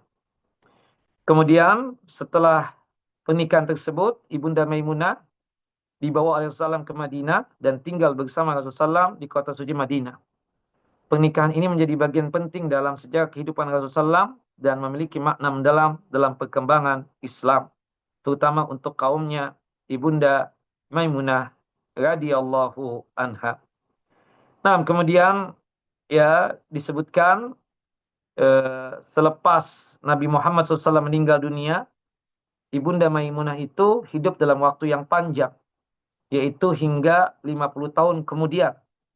Selama masa hidupnya tersebut, ia tetap menjaga ya sebagai seorang wanita ya yang solehah, yang qanitah, yang selalu taat kepada Allah dan Rasulnya, dan juga sering menyampaikan dakwah ya Rasulullah SAW. Beliau juga selalu mengenang ya Nabi Muhammad SAW dengan memanjatkan doa-doa. Ibunda Maimunah radhiyallahu anha wafat pada pemerintahan Khalifah Muawiyah bin Abi Sufyan pada tahun ke-61 Hijriyah. Usia beliau ketika meninggal dunia pada umur 80 tahun. Nah, saat itu Ibunda Maimunah radhiyallahu anha sedang dalam perjalanan kembali dari ibadah haji. Di suatu tempat dekat dengan daerah Sarab, Ibunda Maimunah merasakan bahwa ajalnya sudah dekat. Ia dimakamkan di tempat itu juga, sebagaimana wasiat yang disampaikan. Jadi, beliau memang tumbuh besar di daerah Sarab, kemudian menikah juga ya di daerah apa? Sarab juga, ya. Kemudian meninggalnya pun juga di daerah tersebut. Naam. Abdullah bin Abbas yang memimpin salat jenazah. Ya, ini keponakan beliau yang sangat dicintai oleh Ibunda Maimunah. Bahkan ketika masih kecil ya, kita tahu Abdullah bin Abbas itu ketika Rasulullah SAW meninggal saja, beliau baru balik. Artinya baru berumur 11 atau 12 tahun ketika Rasulullah SAW meninggal dunia. Nah, sering sekali Abdullah bin Abbas itu masih belia ya, masih kecil ya, umur masih belum balik. Ya, anggaplah kita katakan di bawah umur 10 tahun, itu menginapnya di rumah siapa? Ibunda Maimunah ini. Salah satu riwayat yang berkaitan tentang masalah tahajud, di mana posisi kita ya pada saat kita menjadi makmum. Itu cerita dari siapa? Abdullah bin Abbas. Bahwasanya imam itu ya imam ya laki-laki, makmumnya laki-laki satu orang sejajar. Jadi ceritanya Abdullah bin Abbas ini memperhatikan Rasulullah setelah salat Isya itu apa yang dikerjakan oleh Nabi. Abdullah bin Abbas ini subhanallah bocil nih, masih kecil. Memperhatikan bangunnya Nabi, kemudian tahajud. Nah, Abdullah bin Abbas mengambil air wudhu. Kemudian Abdullah bin Abbas ini berada di sebelah kirinya Nabi SAW. Karena masih kecil. Itu kepalanya Abdullah bin Abbas dipegang oleh Rasulullah. Kemudian digiring, diarahkan untuk berada posisinya di sebelah kanan persis sejajar. Nah, dari situ kita bisa memahami bagaimana tentang seseorang yang membuat shaf sholat. Imamnya laki-laki, kemudian makmumnya satu orang laki-laki. Artinya sejajar. Nah, itu kejadian di mana? Di rumah Ibunda Maimunah radhiyallahu anha. Nah, kemudian termasuk juga ya yang ikut serta menyolatkan dan memakamkan Yazid bin Aslam bin Asham, Abdullah bin Shaddad dan Abdullah Al-Huwaini. Nah, dan ini tentang sosok Ibunda Maimunah radhiyallahu anha. Semoga Allah Jalla Jalaluh meridhai beliau. Semoga Allah Jalla Jalaluh menempatkan beliau di tempat yang mulia, dimasukkan ke dalam jannah dan surganya, dan pastinya tanpa ada hisab. Amin ya rabbal alamin. Dan banyak lagi kita katakan hadis-hadis dari jalurnya Ibunda Maimunah. Di antara disebutkan juga berkaitan tentang masalah janabah, mandi junub. Itu perawinya ya yang mengatakan siapa? Ibunda Maimunah. Hadis yang sahih yang dikeluarkan oleh siapa? Oleh Al-Imam Al-Bukhari dan juga oleh Al-Imam Muslim. Nah, dan Abdullah bin Abbas radhiyallahu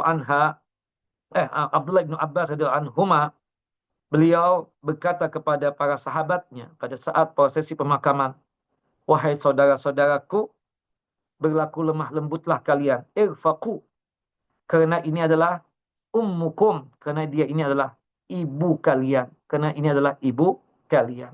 Allahu Akbar. Ya, Ibunda Maimunah meninggal dunia ya itu beliau ada mengatakan tadi 80 tahun ya, 80 tahun. Nah, sebelum wafatnya beliau itu berwasiat agar dikuburkan di daerah Serib. Jadi ini bantahan juga kepada orang yang mengatakan Ibunda Maimunah itu meninggal di Madinah, dikuburkan di pemakaman Baqi. Yang tepat dikuburkan di Serib. Tempatnya ya itu di tempat beliau tumbuh besar, dan juga di tempat itu juga beliau menikah dengan Nabi Muhammad sallallahu alaihi wasallam. Wallahu a'lamu bissawab. Ini kira yang bisa disampaikan pada kesempatan kali ini. Saya kembalikan kepada Dr. Aditya. Falyatafaddal masykura. Silakan Pak Dokter. Nah. Jazakallah khair, Pak Ustadz. Ini Masya Allah banyak sekali apa ya hikmah atau nilai yang bisa kita ambil dari riwayat umroh di tahun 7 Hijriah ini ya. Ini silakan para hadirin, para profesor, dokter-dokter, ikhwan sekalian, akhwat yang ada pertanyaan, silakan untuk mengajukan melalui kolom chat atau kalau mau langsung melalui raise hand. Pak Ustadz sambil menunggu pertanyaan, Nah. saya izin bertanya ya Pak ya. Jadi artinya dari eh, pelajaran yang kita ambil dari umroh Qadha ini dalam membangun kesabaran gitu ya. Kemudian juga semangat rekonsiliasi, kesepakatan setelah perjanjian Hudaybiyah gitu ya. Nah, ini sebenarnya yang menjadi satu pertanyaan gitu ya ketika kita menjalankan bagaimana kita ya apa namanya bisa menjaga nilai-nilai spiritual umroh gitu ya. Jadi kita tidak hanya menjalankan rutinitas ibadah semata itu bagaimana Pak Ustadz?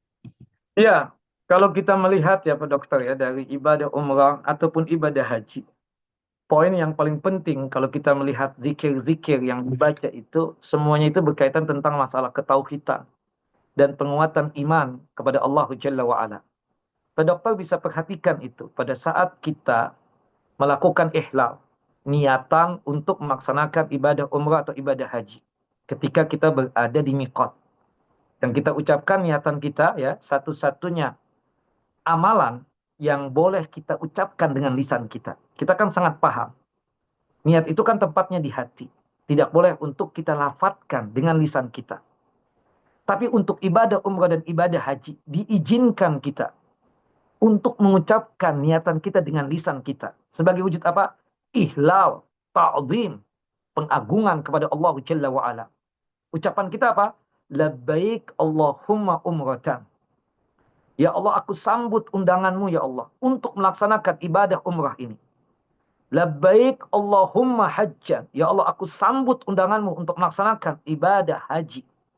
Di ujungnya disebutkan, ya, kalau kita ingin panjangan ya, la ria'a wa la sum'ata. Ibadah umrah yang tidak ada unsur ria'ah di dalamnya, ria, tidak ada juga unsur sum'ah. Demi Allah, ibadah umrah yang aku kerjakan, ibadah haji yang aku kerjakan, demimu ya Allah, untukmu lillahi ta'ala. Ini kan tauhid. Nah setelah itu kan langsung kita bertalbiyah. Labbaik Allahumma labbaik. Labbaik la syarika laka labbaik. Innal hamda wan ni'mata laka wal mulk la syarika lak. Coba kalau kita perhatikan dari ungkapan talbiyah tadi, labbaik Allahumma labbaik. Ya Allah, aku sambut undanganmu ya Allah untuk melaksanakan ibadah umrah, ibadah haji ini. Labbaik. Labbaik kala syarika laka labbaik. Aku menyambut undanganmu ya Allah, tidak ada sekutu di dalamnya. Demi Allah, karena engkau ya Allah. Lillahi ta'ala. Innal hamda wa ni'mata laka wal muluk la syarika lak. Ya Allah, sesungguhnya nikmat yang engkau telah berikan kepada kami. Ini nikmat yang datang dari engkau. Aku akui itu nikmat. Termasuk kami bisa haji, bisa umrah. Ini nikmat yang datang dari engkau. Bukan serta-merta dikenakan kami. Pak Dokter bisa lihat kemarin, banyak yang gagal haji, bisa puroda nggak keluar, duit banyak, seberapapun dibayar, asal bisa berangkat haji. Tapi undangan Allah Jalla wa'ala tidak menghampiri dia. Subhanallah. Berangkat hajinya kita, Itu anugerah Allah Jalla wa'ala yang sangat luar biasa. Luar biasa. Inna ni'mata. Ya. Innal hamda. Kita wajib untuk memuji Allah Jalla wa'ala. Karena Allah Jalla wa'ala satu-satunya zat yang kita sembah. Satu-satunya zat yang memberikan kenikmatan untuk kita. Dan segala kerajaan, kekuasaan hanya Allah Jalla wa'ala. Apalah artinya kita ini Pak Dokter? Subhanallah, kita ini lemah. Demi Allah kita punya cita-cita. Kalau kita cuma menggantungkan dengan ilmu yang kita miliki. Kalau kita gantungkan dengan harta yang kita miliki. Betapa banyaknya orang yang tidak sukses dengan apa yang dia inginkan. Tidak sesuai dengan apa yang dia harapkan. Maka hendaknya apapun cita-cita kita, apapun tujuan kita, tolong segalanya itu kita gantungkan kepada Allahu Jalla wa'ala. Innal hamda wa ni'mata laka wal muluk la syarika lak. Tidak ada sekutu lagi untukmu ya Allah. Tidak ada ya Allah. Ikhlaskan engkau. Nah, belum lagi nanti kita masuk melihat Ka'bah. Doa lagi. Subhanallah. Allahumma antas salam wa minkas salam. Fahayyina rabbana bis salam. Subhanallah. Pengagungan lagi kepada Allahu Jalla wa'ala. Belum lagi ritual-ritual tawafnya. Ketika kita memulai tawaf, ya dimulai dari Hajar Aswad, diakhiri juga dari Hajar Aswad. Kita membaca Bismillahirrahmanirrahim, Allahu Akbar. Pengagungan lagi untuk Allah Jalla Jalaluh. Subhanallah. Puncaknya nanti ketika berada di Bukit Safa dan Marwah. Di situ kita lagi mengagungkan Allah Jalla wa'ala. Tauhid lagi. Kita bisa menang dengan kaum kafir Quraisy ini. Kita bisa menang dengan kafirin-kafirin ini. Karena pertolonganmu ya Allah. Subhanallah. Itu kan ditunjukkan oleh Nabi SAW ketika berada di Bukit Safa dan Marwah membaca La ilaha illallah wahdahu la syarikalah. Lahul mulku wa lahul hamdu wa huwa ala kulli syai'in qadir. La ilaha illallah wahdah. Sadaqa wa'dah. Wa nasara abdah. Wa hazamal ahzaba wahdah. La ilaha illallah wahdah. Tidak ada Tuhan yang pantas untuk disembah kecuali Allah Jalla wa'ala semata. La ilaha illallah wahdah. Sadaqa wa'dah. Benar janjinya Allah. Benar janjinya Allah.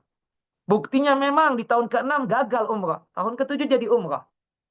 Luar biasa. Jadi umrah. Nah, terlepas ada perdebatan ulama. Apakah itu maksud umratul qadha, mengqadha yang tahun lalu. Apakah qadha di situ maksudnya perjanjian. Terlepas itu. Nah, kemudian la ilaha illallah wahda sadaqa wa'dah wa nasara abdah. Kita sebagai hambanya pasti ditolong oleh Allah Jalla wa'ala. Dengan kita mentauhidkan Allah Jalla Jalaluh.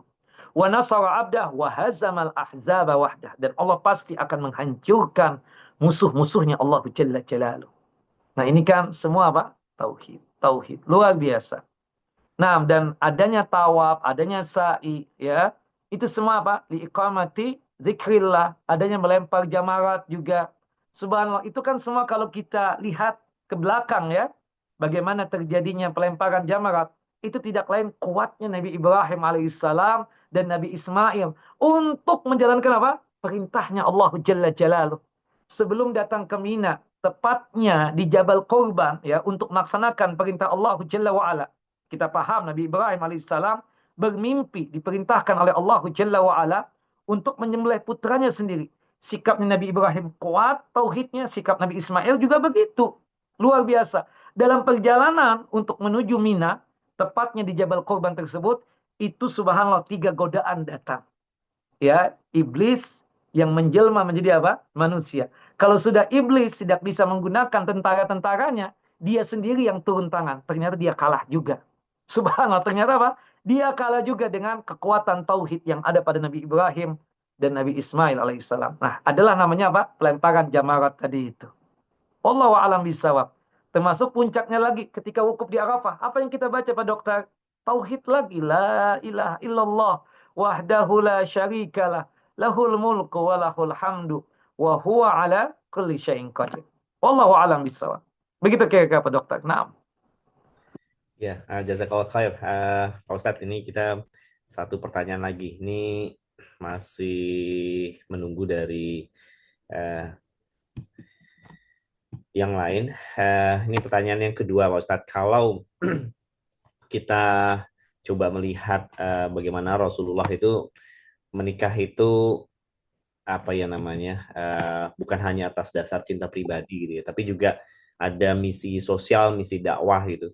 Nah, ini bagaimana kita memandang gitu ya, memahami suatu pernikahan itu sebagai suatu bentuk ibadah gitu ya, dan bukan hanya pemenuhan hawa nafsu. Itu bagaimana ya Pak Ustadz? Terima kasih Pak Ustadz.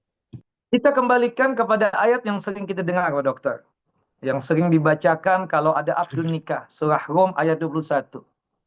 Wa min ayatihi an khalaqalakum min anfusikum azwaja litaskunu ilaiha wa ja'ala bainakum mawaddata wa rahmah. Inna fi dzalika laayatin liqaumin yatafakkarun. Di antara keagungan Allah Jalla wa'ala, di antara tanda-tanda kebesaran Allah Jalla wa'ala, Allah Jalla wa'ala menjadikan buat kalian, wahai para laki-laki, istri-istri dari kalangan kalian sendiri, yaitu manusia, agar jiwa ini tentram.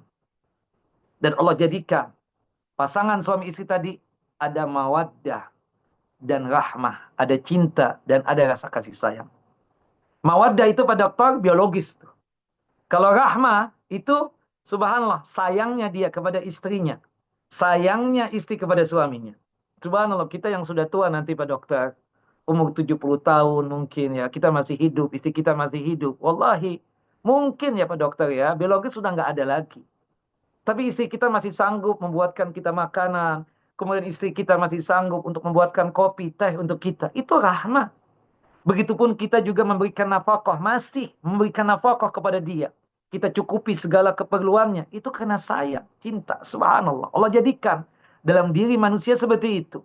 Baik laki-laki ataupun perempuan. Subhanallah. Terkadang ada di pikiran laki-laki ini ingin menikah lagi. Ada di pikiran tersebut. Tapi subhanallah kesian yang di rumah. Ya, luar biasa kasih sayangnya kepada kita.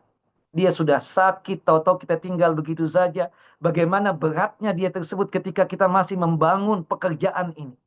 Tahu-tahu ketika kita sukses, Allahu Akbar, miskin, kesian.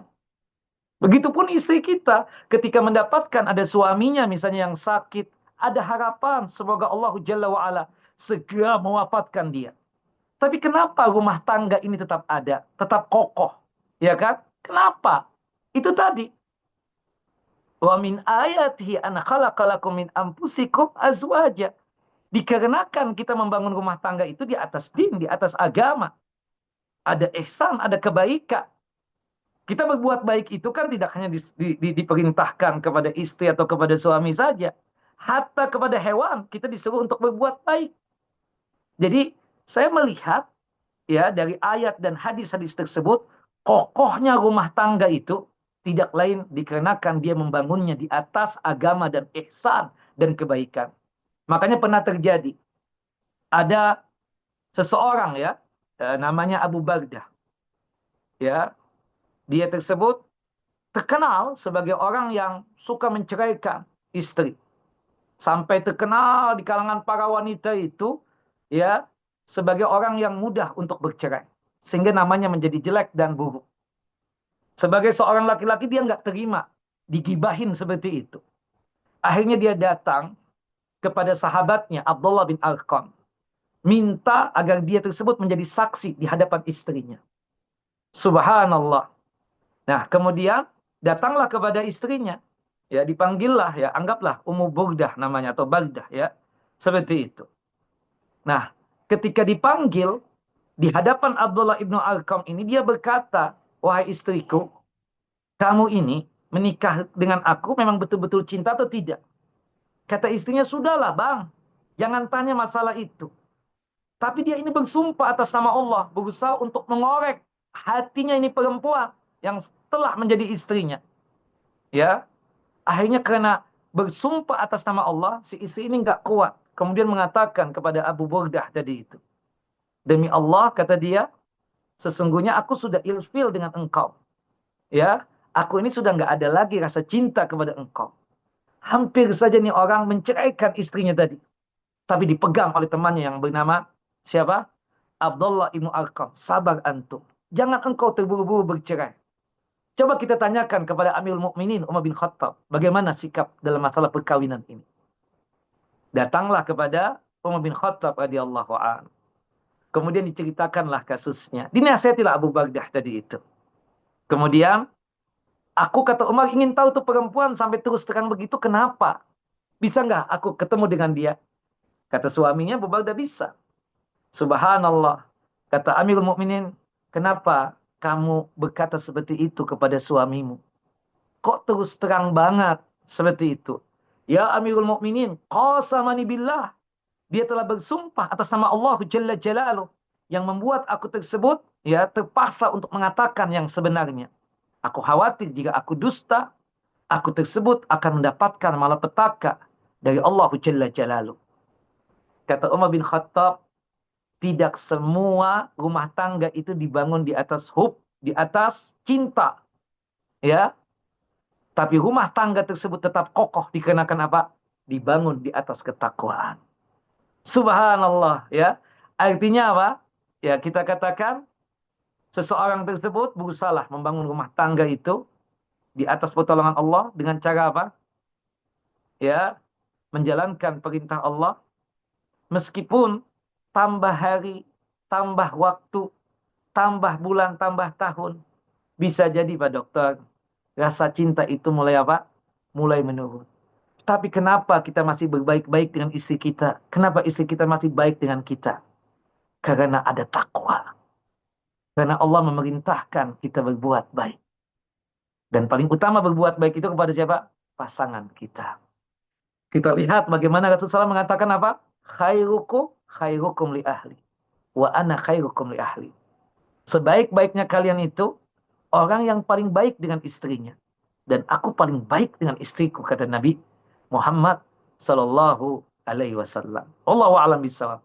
Nanti kalau kita sambung Pak Dokter, kalau ada akad nikah, khutbah nikah, baru kita sambung pembicaraan tentang gimana membuat rumah tangga ya yang samara tadi, sakinah, mawaddah dan rahmah, dan apa tujuan daripada pernikahan. Tapi pastilah Pak Dokter, menikah itu tidak lain ya selain ya untuk menjalankan perintah Allah, juga tidak lain adalah untuk apa? Melepaskan syahwat kita dengan jalur yang halal seperti itu. Makanya kita disuruh untuk mencari itu sesuai dengan keinginan hati kita. Perempuan yang menerima kita pun juga sesuai dengan keinginan hatinya. Jangan sampai ada kawin paksa di situ. Wallahu a'lam bisa. Begitu kira-kira Pak Dokter. Nah, Ya, jazakallah khair, Pak Ustadz. Ini banyak sekali, 1 jam setengah ini kita banyak belajar ya, Pak Ustadz, dari apa yang tadi Pak Ustadz paparkan.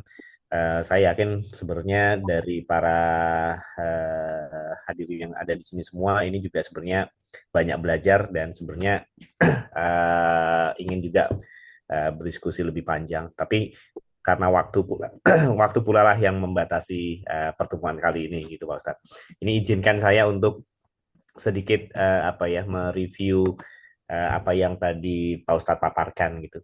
Jadi bahwa yang pertama latar belakang Umrah Qadha itu adalah perjanjian Hudaybiyah tahun 6 Hijriah, dan kemudian juga waktu itu ada penolakan kaum Quraisy atas umrahnya kaum muslimin di tahun itu. Kemudian isi perjanjiannya kurang lebih bahwa kaum muslimin dilarang untuk masuk ke Mekah, namun diizinkan untuk di tahun berikutnya. Kemudian di umroh Qadha tahun 7 Hijriah itu seperti tadi dipaparkan di surat ke-9 ayat 36. Ini termasuk salah satu dari 4 bulan haram dimuliakan. Dan kemudian pada saat itu Rasulullah beserta 2.000 sahabatnya melaksanakan umroh gitu. Dan kemudian kaum Quraisy juga mengusungkan Mekah pada saat itu. Dan maknanya ada beberapa, itu seperti kemenangan moral umat Islam, kemudian menjadi suatu teladan ketaatan terhadap perjanjian, dan meningkatkan kewibawaan Islam ya pada di suku-suku Arab di masa itu. Itu yang bisa saya sampaikan Pak Ustadz. Mungkin ada terakhir yang mau disampaikan Pak Ustadz sebelum saya tutup Pak Ustadz. ya ada satu pesan yang sangat luar biasa ya kalau kita melihat bagaimana pesan yang paling penting dari cerita kita tadi, terutama dalam Umratul Qadha. Ketika kita menjalankan agama ini, yang kita yakini yaitu Islam, Jangan sampai ada rasa takut untuk menjalankannya. Tampakkanlah di hadapan manusia tersebut bahwasanya kebenaran itu pasti akan ditolong oleh Allahu Jalla Jalaluh. Sebagaimana pada saat itu Rasulullah, pada saat Umratul Qadha itu, bagaimana kondisi itu tidak sebenarnya aman 100%. Karena kekhawatiran Nabi Muhammad SAW ada pengkhianatan yang datang dari kaum musyrikin, kaum kafir Quraisy. Tapi tetap Rasulullah SAW menampakkan keislaman yang sangat luar biasa dengan ya panji-panji tauhid itu ketika umrah itu betul-betul ditunjukkan kepada mereka, sehingga secara moral kaum musyrikin yang ada di Mekah pada saat itu kalah dengan kaum muslimin. Wallahu a'lam bishawab. Itu saja Pak Dokter. Barakallahu fikum. Saya kembalikan kepada Pak Dokter. Nah, Baik, terima kasih Pak Ustadz. Ini pesannya luar biasa yang terakhir. Baik, saya izin tutup ya. Ya Alhamdulillah kita setelah sama-sama menyimak tausiah kajian yang telah disampaikan oleh Ustadz Azhar. Semoga beliau apa yang beliau sampaikan membawa manfaat dan keberkahan untuk kita semua. Dan jika selama jalannya kajian ini terdapat kekurangan, kesalahan dalam penyampaian saya pribadi sebagai moderator, mohon dibukakan pintu maaf sebesar-besarnya.